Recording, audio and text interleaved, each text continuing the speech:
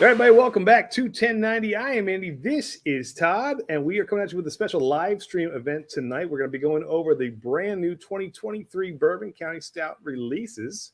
And we're going to be doing that live, going through all 6 of them tonight. The base and the 5 variants, Todd. It's a light year, but it's a pretty interesting one to say the least. So I'm excited to kind of dive into this. So what are your thoughts, man? This is a fun time of year for the release. Well, yeah, we talked about this before. The thing I'm most excited about is it's probably going to save on our pocketbooks because there's only 5 variants this year, right? And I don't think really when you look at the listing here, we'll go through each one.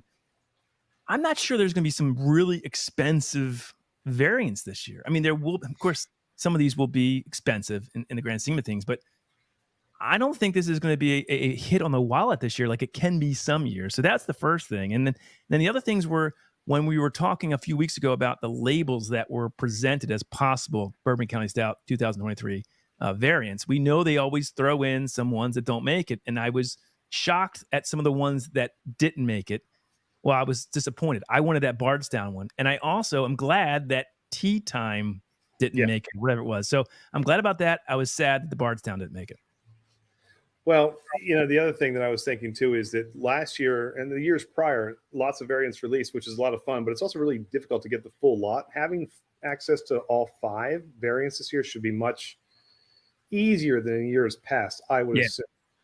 So really excited about that. Yeah, that's a good point. I know some places don't get the certain variants. Of course, the Proprietor, which we'll talk about, is only in the Chicago area. So that one actually is already off the table for a lot of the country. So then you're just talking about 4 variants in the base. So I think a lot of the country will get everything that we're going to talk about tonight besides the Proprietor. That being said, Andy, I think we have to, at least I know you're away and not at home, but I think we've got to drink a Bourbon County Stout if we're doing this properly. I am going to pour, Andy, I think one of the fudgiest, chocolatiest bases of the last, 5 or 6 years, the 2020. There it is. Oh, area focus on that and not me for once. And it doesn't do that, of course. Anyway, it's 2020. And I know this is Jimmy's random content. Him and Groovy, it was their favorite variant. I think they kind of used 2020 as a baseline for everything. I am going to pour this and see how that fudginess, that chocolatiness has developed over the last 3 years. And I got, of course, my Bourbon County Stout glass, Andy. So I'm super excited. Yeah, there you go. Yes, I know you're excited about that, Jimmy. Oh, man. You know what? Yeah, it's still a chocolate bomb right there. It is. Now, the question is, has it developed even more? I mean, normally we know these things. Listen, we did a 10-year, 11-year vert from 2010 to 2020, and our favorite was the 2010. So don't think that you can't age these for 5, 6, 7, 8, 9, heck, 10, 11 years. If it's just a base, I think those hold up. What did we drink that 2 weeks ago, Andy? It was I think a 2014 or 15 coffee. Yeah. That was fantastic. So absolutely wonderful. Everybody, let me get a little bit of 2020 in. Hey, a little sip there, buddy. What do you think? Oh, yeah, it's still, oh my God. That's an amazing variant. I don't think 2020 got enough. I mean, we loved it back then. Well, we did say it got better with age. We did say it got better every year, which is nice. Fudgy goodness. And then the dark chocolates just come flying through. That roastiness just lays on your tongue. I mean, the finish on this goes for days. That's super viscous. It's just a perfect barrel-aged beer. And I can see why a lot of people think this is such a great year for the base. It was. If you can come close to this each year, you're going to do good. Yeah. And I'm cheating. It's hot down here in Florida. I'm not going to lie to you. So I don't have any barrel-aged beer. I'm going to crack open a Still Austin rye. And why? Well, because for those of you who may not know, we also do have our first ever barrel pick coming out. Yeah, we do beer, we do bourbon, we do rock and roll. And so we do have our Pour Some Austin on Me coming out from Still Austin. Mm-hmm. That is going to be available in about 2 weeks. So Patreons, get ready for that. So I'm going to pour a little bit of the do it, man. Rye just to love it, rye. We have the cast drink coming soon, but not to dovetail, Andy. I want to just go back to the Bourbon County Stout. So the 2020 is some people's standard. I think it's certainly worthy of that. That being said, let's talk about the first offering tonight, which is the base. So every year, this was the original, the OG, the first barrel-aged beer. In fact, let me pull this up. I got some And let's stuff talk here about some of in the back particulars that we can about pull the up. beers. Right, because it's very similar to what we saw last year. So last year was the first time, normally, or well, I should say normally, but for the previous, I don't know, 4 or 5 years, it's always been in Buffalo Trace, Heaven Hill, and Wild Turkey barrels, a combination of those 3 barrels aged for 12 months, or on average 12 months. Last year, they added the 4 Roses, and I thought it was quite good. The base was, again, I thought, really good. I think, Andy, I don't remember where it ranked in our best of, but I think it was right around the middle. It wasn't one of the worst ones, and that's where we always say if the base is strong, it sets up the way for the rest of the lot. We've been doing this for a long time now, about 5-6 years. We've been working on the Goose Island trying to do this, and we always say if the base is strong, the rest of the variants seem to follow. It just happens to be that way. So we're hoping for another strong offering from. Yeah. So the funny thing about this one is, and I thought this was interesting. The very first time, of course, this is the original, but there's a note on here that's saying that when they first submitted this beer to the Great American Beer Festival back in 1992, it was disqualified because they didn't have a category for barrel-aged beers back in 1992. There was nothing like this. And they said, you know what? You can't win anything because we don't have a category to put you in. I thought that was interesting. And that now I think barrel-aged beers are the most sought-after things out there, right? If you do it well, it is absolutely what people clamor for and pay for. So, I'm super excited again to see how the base will do this year, of course, is compare it to 2022 to see if it's changed much. And Andy, we've talked about this before. The base, while it's still the same for bourbon barrels that are mixing into this glorious barrel-aged beer, it can change from year to year very easily, and it does. While there's similarities, there is differences. Sometimes it's more oaky, sometimes it's more bourbon flavored, sometimes it's more chocolate or coffee. All those things, and depending on what you like, you're either going to like one year better than the other, and that's what I can't wait to see is how is it different from 2022. You're absolutely right, and I like the fact that they're going with the 4 different barrels again this year. I think it was nice that they added the addition of 4 Roses last year. They're carrying on with that for 2023. Yeah. I just think it added a different element to it, which was really nice last year. I can't wait to see how that 22 ages with a year on it. We'll do that comparison. We always do the base versus the current year from last year, so that'll be fun. This is going to be an interesting year. But base aside, Todd, the 5 variants we got coming up. So let's kind of dive into these. If What's the first one? What's the first one we're going to go into in depth and talk about? The first one, which I think is going to be one of the pricier ones here. This is going to be the Bourbon County Stout Eagle Rare 2-year reserve, and it's exactly as it states. It's aged for 10 years in Eagle Rare barrels. What I like about this, and you've mentioned this, or you started talking about all those chocolate notes that you got off of your 2020 pour. You get anything in an extra year of aging in a barrel, and those chocolate notes fly. They're just like it's a chocolate on steroids. I would anticipate this to be no different, making this probably one of the most anticipated releases I think of this year. I don't know about you, Todd, but this one I'm really looking forward to. I'm glad that this actually did stick and that it's still going to be part of the line. I'm going to put a poll, and I think I'm going to know what the actual results are, but I'm going to do a thumbs up or thumbs down on this. And you guys, I want you to vote because I'm curious to see what you guys think. So if it's thumbs up, if you're really excited about it, and thumbs down if you know what, I'm not. So let's see what people say. This is probably the one I'm most excited about just because of 2 things. One, Eagle Rare is a fine bourbon. And then 2, it's a 2-year reserve. And you just said it. You hit when you see those 2 years aged, I love that chocolate fudginess that comes from that. What was it? The Knob Creek? What was that? The one that was 2-year reserve that we really liked? 25th anniversary Knob Creek, and that was one of the best that we've had. Period. Yeah. And so I'm really excited to see how this one plays out. Exactly. So some of the particulars on this, just to give you guys, I don't know if you have the note up from them, if you want to read through that, or I can tell you what they're anticipating. They're going to say the taste notes on this are oak, toasted almond, and warming vanilla. We're preemptively saying chocolate because that is typically one of those very dominant flavors that comes with that extra year of aging. That doesn't mean we're 100% right, but I haven't seen one, have you yet, that had that much age on it where you didn't get those chocolate notes kind of flying through. Well, what they say here, it's a heritage rooted in authenticity and commitment to craftsmanship. Eagle Rare captures the essence of American history with its Kentucky straight bourbon whiskey. Just as bourbon is uniquely American product, Bourbon County Brand Stout is distinctly Chicago. From the carefully selected American oak barrels sourced from Eagle Rare in Kentucky to the distinct combination of Chicago's unique climate, which I think is interesting. We didn't talk about that much. And the original Imperial Stout recipe crafted here. The 2023 Bourbon County Brand Eagle Rare 2-year reserve stout, say that 10 times fast, epitomizes a proud American legacy. So, yeah, I think, Andy, to me, this is probably going to be the most expensive. For me, I think one of the two most expensive that you're going to see. And maybe hardest to get, because this may not go to every market. I don't know how they allocate that, but there's only so many Eagle Rare barrels they can attain. So I don't know if this will be everywhere. I hope it is, because I think it's going to be darn good.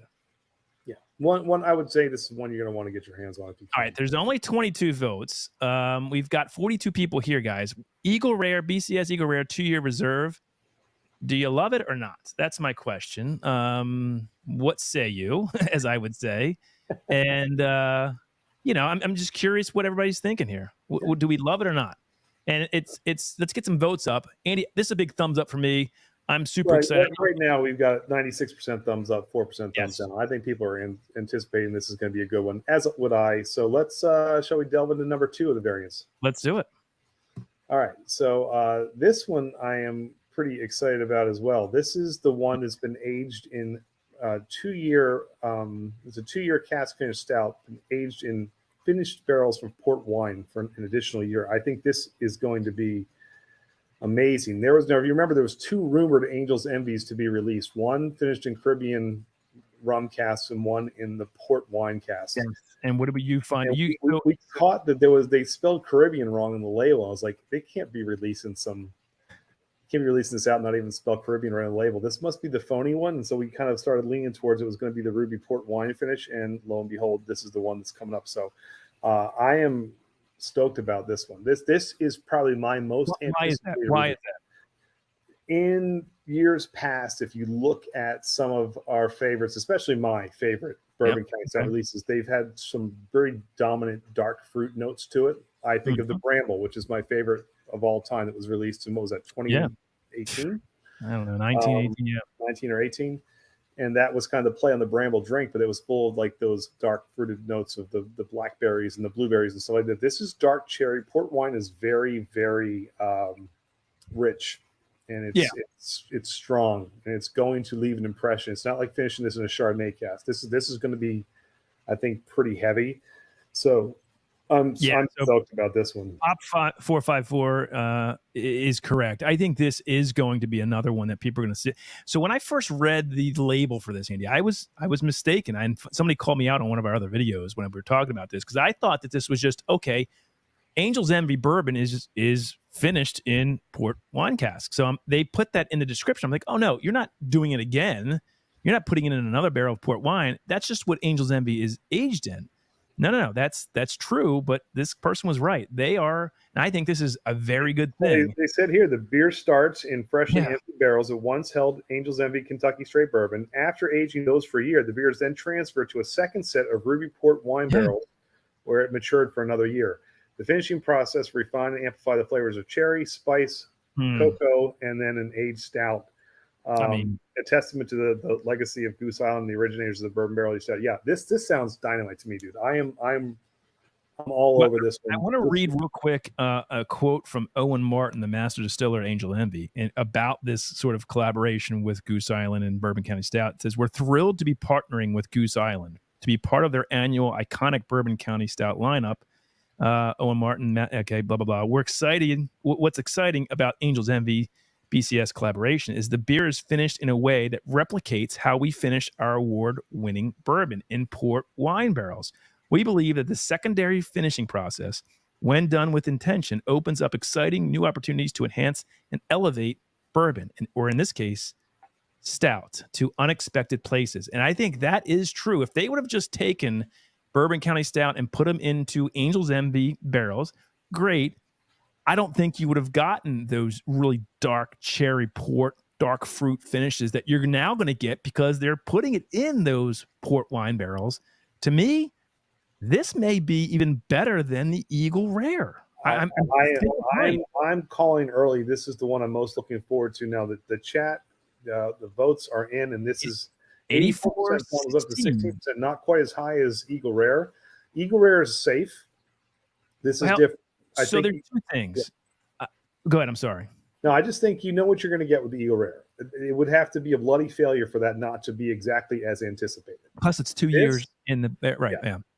This is great because you get a full year of aging, which can alter.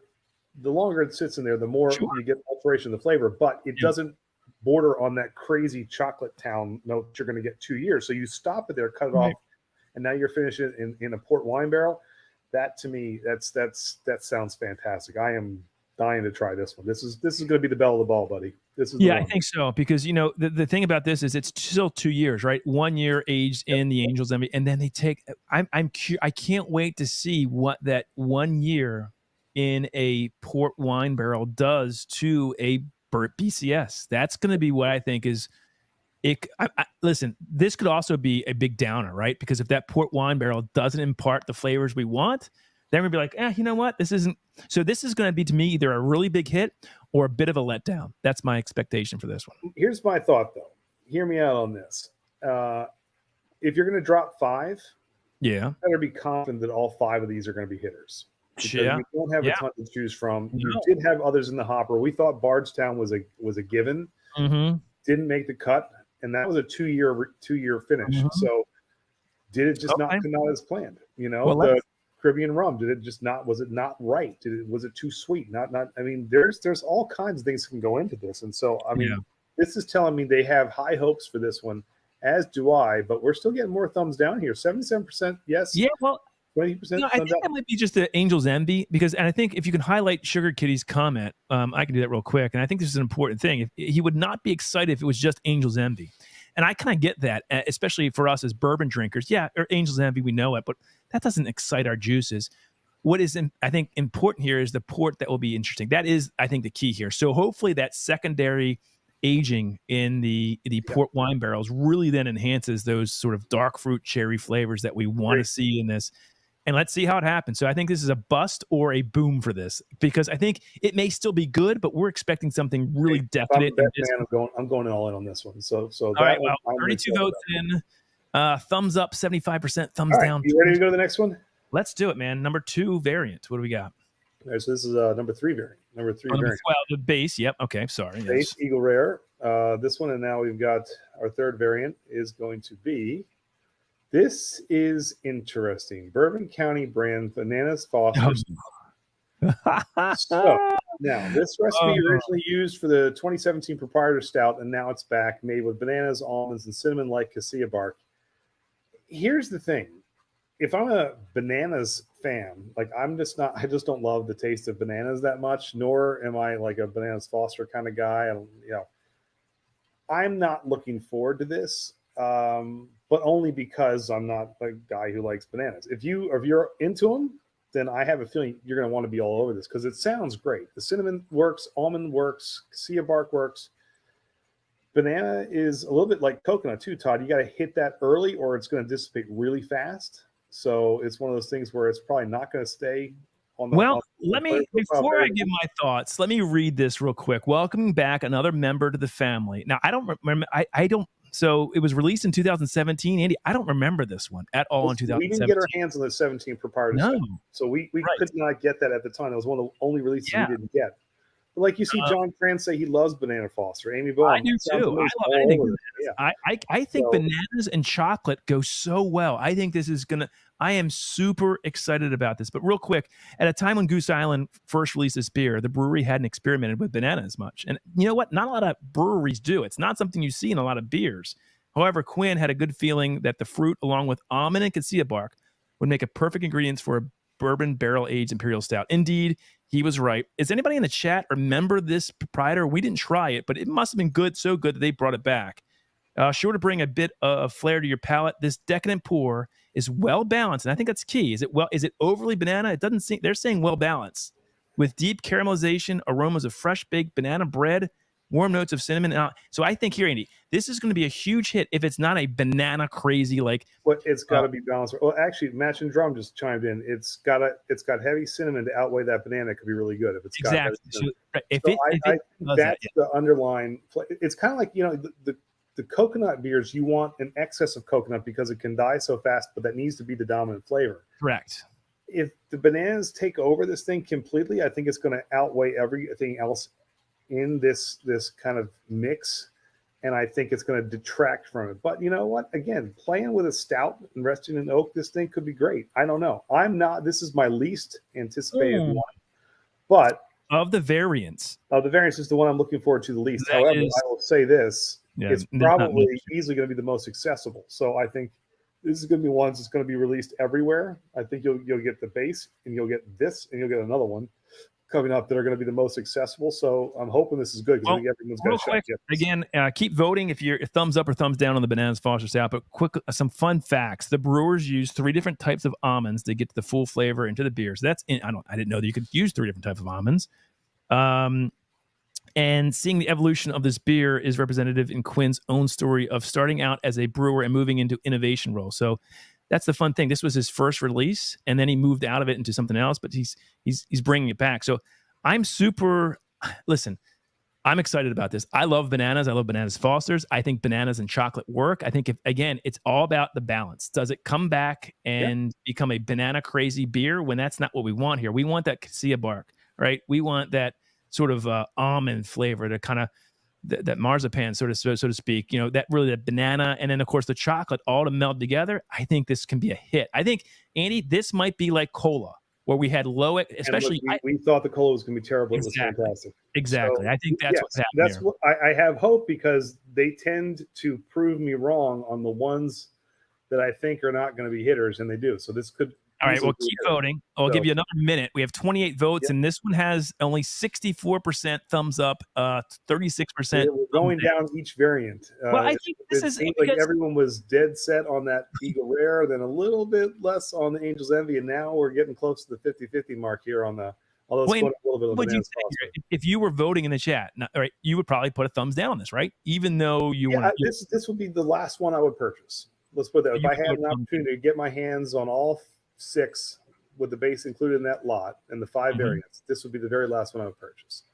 All right, 30 more seconds on voting and we'll close it. But yeah, I think this can be very polarizing. But again, it's funny, ironically, Saucy Shane's cracking that 21 cola next. Yeah, that was a great pour. It was really, really good. So you never know. Sometimes you're blown away by things, and that was one of the ones I was like, this is fantastic. So you never know. This could be really good. We'll see what happens. Well, you know, when you say that, though, I think the key here is if they keep it balanced.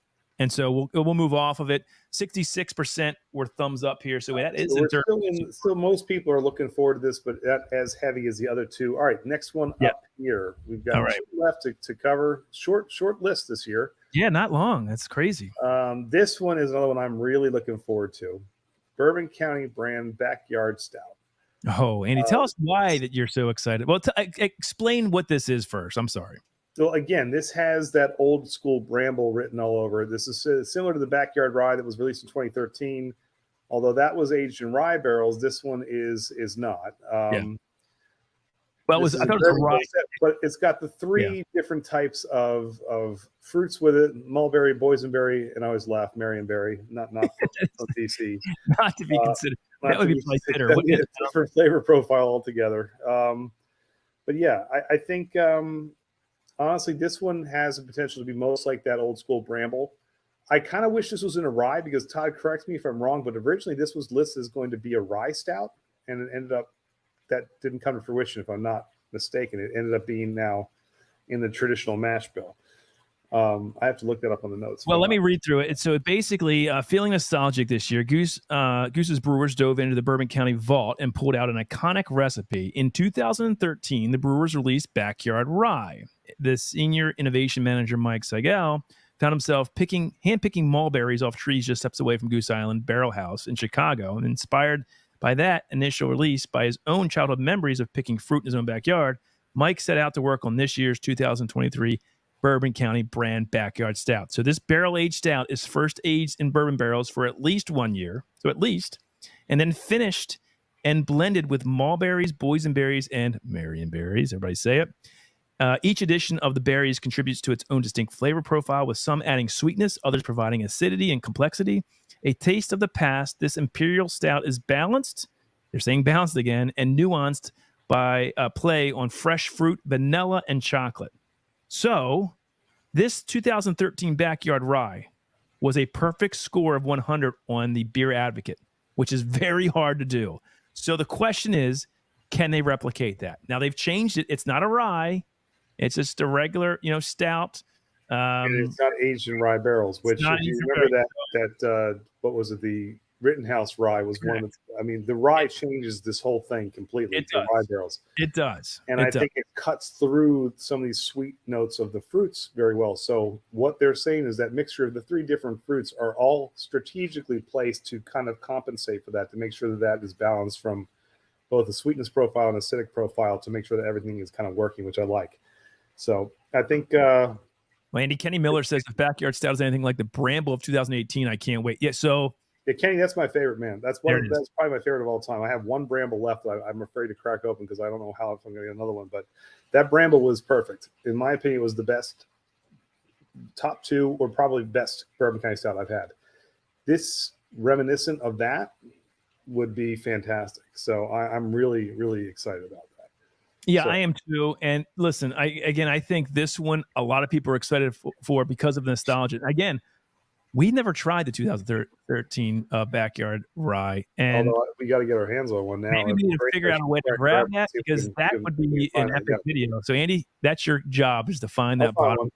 I'll find one. And Amy, she said, technical question, how are the flavors introduced to the beer? Is it all just from finishing barrel? Do they add some flavors? No, they will add these flavors come from the actual ingredients themselves, which is neat. That's one of the cool things about what they do here. So you really have to get it right, because it's finished and then blended with one versus another, and you can completely destroy the beer. And so it is a very delicate balancing act. You can't just kind of throw the kitchen sink at it. Well, let's go a little bit more. I want to go a little bit longer and let the votes come in. But right now, Andy, there's a resounding 81% saying thumbs up for this one. Yeah, this sounds great. I mean, honestly, dude, this sounds really, really good. Is there any worries about this one?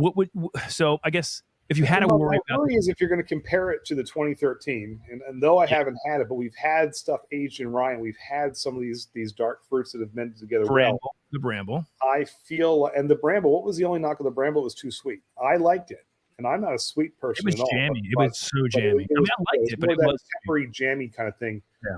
If you put that Bramble in a rye barrel, it may have been even better. And so I'm just wondering if they're doing this justice by doing bourbon versus rye this time. But again, I can't wait to try it. It'll be fun. And we got almost 30 people saying, they're going to go on. All right. So 81% saying thumbs up on this one. So we'll rack that, Andy. And I think we have one more? One more. This one is an interesting one. We have, the past couple of years, we have said there's no way this works, and they end up being some of the best of the lot. So the Proprietor this year is a take on rice pudding, which is kind of crazy, but this is what they've got. So the Proprietor Stout, modeled after rice pudding, Chicago exclusive variant. So this is going to be released only in Chicago. That's how they do this every year. And it is made with toasted rice, cassia bark, raisins, and brown sugar. I got to tell you, Todd, I have fallen in love with the Proprietor releases because of how consistent they've been the past 2 years. That really got us. What one? Well, last year was the what was it? The 3-tiered popsicle, whatever those things are called. That had the vanilla, the blueberry, Neapolitan. Great. And then they had another one year before that. I forget what it was, but it was just. It's something crazy, really and that we thought we were going to hate, and absolutely loved it, right? So let's read. Emily was the one. I'll read this one. Year after year, Proprietor Stout is an homage to the adventurous craft beer community of Chicago. The 2023 Proprietor Stout embodies that spirit by solely invoking the comforting sense of home and the holidays. In the heart of Chicago winter, the Goose team was inspired by the warming flavors of the classic dessert, rice pudding. Never using rice before as an ingredient in the stout, the brewers were excited for the opportunity to try this for the first time. Using a combination of cassia bark, so you got that heavy cinnamon flavor, brown sugar, raisins, and toasted rice. The final recipe is a taste of home cooking. The stout wraps in a culinary blanket of toasted rice, vanilla custard, dried fruit, and baking spices. Proprietor is Goose's love for the city of Chicago. Yeah, they usually do these things really well. Again, having raisins in there is going to add some additional kind of dark fruit plum notes to it. I think it'd be nice. How much, though? I mean, how much are raisins really? I mean, you'd have to mash those things up to get some flavor. I mean, and however they do it, if they do it right, it's going to impart a little bit of that will kind of detract from all that sweetness that you're going to get from the cassia bark and from the brown sugar. So I think here's another thing: the toasted rice. What does that do for you as well? I mean, I'm skeptical of it. This is the one It's the same. You do toasted coconut. It's the same principle, right? You're giving a little toasted coconut has flavor, Andy. Rice doesn't. You know what I mean? Like rice, you're toasting it, so it's going to add the toasted notes to it. It's just I think that's all you're doing is you're adding to it. I do like the cassia barks being used here. I kind of love the idea of brown sugar. I don't understand the toasted rice. I get that you have to put some, it's rice pudding, so you put stupid raisins in there. I'm not looking forward to this. So basically they're saying use a combination of cassia bark. Okay. This stout wraps you in a culinary blanket of toasted rice, vanilla custard, dried fruit, and baking spices. Proprietor's Goose's love language, Chicago. I guess. Hey, Jimmy, I don't know. Torn on this one. He thinks it's either going to be great or horrible. Agreed. Pop 454 says, look, the prop was uninspiring when compared to previous versions. The 2021 prop with fresh strawberries was awesome. This feels more generic, just my opinion. Yeah, and I think that's fair. This is kind of another step outside the box, and it could work or it could bomb. I think the bark is going to be main flavor profile of this, and then let's see how it goes from there. Have you had rice pudding before? Yeah, my mom just ate it this weekend. I mean, I don't love. It's good. It's okay. It's vanilla custard, and yeah, I mean. The rice. You're the creme brulee guy. This is kind of. This is not like creme brulee. This isn't. To me, it's not. You have those custardy kind of flavors coming through there. You got some brown sugar. Especially the brown sugar. You talk about the kind of like that, the burnt on sugar top of a creme brulee. You're going to get some of those notes coming through on a rice pudding. So, I think this could be awesome. Right, get your votes in, guys. There's only 19 votes. Come on, vote. Do you think the BCS Proprietor Stout, which is the rice pudding stout, we're going to call it, kind of. Is that thumbs up? Adding sugar is a no-no. People are not loving this one as much. But you know what? Jimmy, look, second to the Bananas Foster. This would be my fourth on the list. If I'm going in a pecking order. Well, don't give away. We're going to do that. I'm not putting them all away, but I'm just saying my bottom two are going to be Bananas Fosters, and it's going to be the Proprietors, because right now these are still flavor profiles outside of a comfort zone. That doesn't mean they're not going to be good. It just means they're different, and I'm going to have to show up with an open mind. Okay, I get it. Yeah, that makes sense. And you know what? And this is pretty split down the middle. 55, yes. 45, no. 4 minutes. So it is what it is on that, but. I'm actually quite excited just to try this. I think it's going to be good. So there you have it, folks. Those are we'll end the voting. Anybody want to get their last minute voting in? BCS Proprietor Stout, which is a rice pudding stout. Who would have ever thought that's what we'd be talking about for a BCS? But we are, and that's the Proprietor. Usually, we're always. You know what though, Andy? The Proprietor always is that. What you look at. What? It's one of the ones that you're I should learn. I can't learn. This is going to work. It works. I should learn. It does usually work. And so there you go. Those are your six this year. You got the original. You got the 2-year Eagle Rare Reserve, which is looking good. You've got the 2-year collab with our friends at Angel's Envy and the Ruby Port Barrels, which I think is going to be great. The Bananas Foster, the Backyard Stouts, and then the Proprietor's take on the rice pudding. Sounds like a pretty interesting year. And again, Todd, out of the gates, if that base is good, the rest of them usually fall right along the line. So we'll see how that goes. Rank yours from 1 to 6. You got them staring at you right here in the face. What are you doing from 1 to 6? Your most. I'm gonna give you real quick what the viewers voted tonight, and then I'll go to mine. Give me a second to. While I do that, why don't you get your rankings up? So then you can give your rankings, then I'll give mine. If I'm going to go my rankings, let me give the viewers first, Andy. You didn't listen to. You said to do mine, right? No, I'm going to do the viewers, and then you can do yours, and then I'll give mine because I want to give. All right, you're a pushy little fella tonight. All right. we crowdsource this for every variance. The number 6, I should say, is what we just talked about. So only 57% of our viewers were thumbs up excited about the Proprietor Stout. Now, it could be a bunch of many things. It could be, one, they're not going to get it, so why be excited about it if you're not living in Chicago? And 2, it's rice pudding. So that was the least, but it still got 57% saying, you know what, I like that idea. yeah, it works for me. So that was the first one. So that was, I guess, number 5. All right. Number 4, Andy, which was surprising to me, well, not surprising to me, is the Bananas Foster. Only 66% said that was a thumbs up. I'm excited about that. Okay. I am much more excited about that than the chat. Number 3, and now we're getting into territory I think that is all really ones that people want to get. It's the 75% said the Angel's Envy 2-year cask finish stout is a thumbs up. So that would be number 3. Number 2, the second ranked, is now the Bourbon County Brand Backyard Stout. 81% said, hey, I am excited about the boysenberry, the mulberry, and the marionberry. And then I think that has to do a little bit with how good people say that Backyard Rye was back in 2013. Agreed. And then the number 1, 96%, the first one we talked about, was the Angel's Envy Rare 2-year Reserve Stout. So there you have it. That's what our viewers said. What about you? What about me? What say me? All right. So I'm going to go with the Angel's Envy number 1. I think that's going to be the hitter of the lot. So that's my number 1.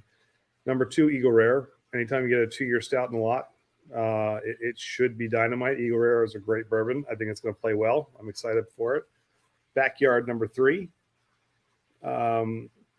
Base number 4. Bananas Foster. I'm sorry, Proprietor number 5. And then Bananas Foster number 6. So that's kind of where I am. All right, I'm going to be very close to you. So for me, it's number 6 is again the Proprietor. I'm hung up on that. I'm just not really psyched about that. For me, then the 5 would be the base. Now I'm really excited about the base because I want to see how it compares to last year's variant. Because again, it's the second year they've added the 4 Roses barrels into the mix of barrels that make up the base. So that was my number 5. Number 4 is the Bananas Fosters. Now, but I am much higher on. I am super excited about these last 4. Really excited. I really want to see how the banana, if it's made well, plays with the chocolate notes that we always get with Bourbon County Stout. So I'm super excited about that. My 3rd is the Backyard Stout. Again, we didn't have the Backyard Rye back in 2013. We know that we like those jammy berries, similar to the Bramble that came out in 2018. So super excited about that. Hopefully it lives up to potential. And I'm just going to flip the top 2. My number 2 is the Angel's Envy. And again, I think this is going to be one thing where it could actually move up to number 1 if it's done well. But I'm worried that it's not going to impart the flavors that we want it to in that second year of aging in those. I'm hoping I'm wrong. And then, of course, because I don't think you can do this wrong, just sitting the BCS for 2 years in Eagle Rare barrels, it's easy. It's kind of a cop out, but it's going to be good. It has to be. If it doesn't, then something went wrong and they should never have released it. So to me, it's got to be really good. It's 2 years. They're Eagle Rare barrels. There's nothing about this that should be bad. So that's my number 1. There you go. That's fair enough, man. I love it. So all right. There it is. All so right. I'm excited. Final notes. I'm really excited. I think it's interesting. They only went with 5 variants. There's 6 total this year. I think we've got some really cool barrel influences, right? We always talk about that, and some cool adjunct influences. So I'm excited about the lot. It's not many. It won't break our banks, I think, which is a good thing. There's not 7 or 8 variants. So, hey, I'm all for it. What about you? A lot of people are throwing their notes in there too. A lot of love for this Banana Foster's is coming in too. A lot of people are excited about this. Some people not as much. Jimmy's got 5, the Proprietor 6. But people, nonetheless, there is this feeling of excitement when Bourbon County Stout is released. I will say that people get really excited and jazzed up for this, as they should. Yeah. I think it's a lot of fun every year to kind of go through this and see what's going to come next. So, and as always, we will have your early look at all 6 of the 2023 Bourbon County Stout variants and the base, of course, early before it's released, so you can see what we think of it. You may not agree, but it'll at least give you an idea of what we think of it. And it's always about at least a week before the release. And let's be honest, it sounds far away, but it's August. We're kissing the holidays and Thanksgiving right around the corner. So we will definitely be bringing you all this and much more. November, December are kind of strictly our barrel-aged beer months. We kind of dial down the whiskey a little bit. We dive into the barrel-aged beer, so we can't wait for that. So going to be fun. But Todd, until next time, my friend. Oh, and there will be a next time. Cheers. Cheers.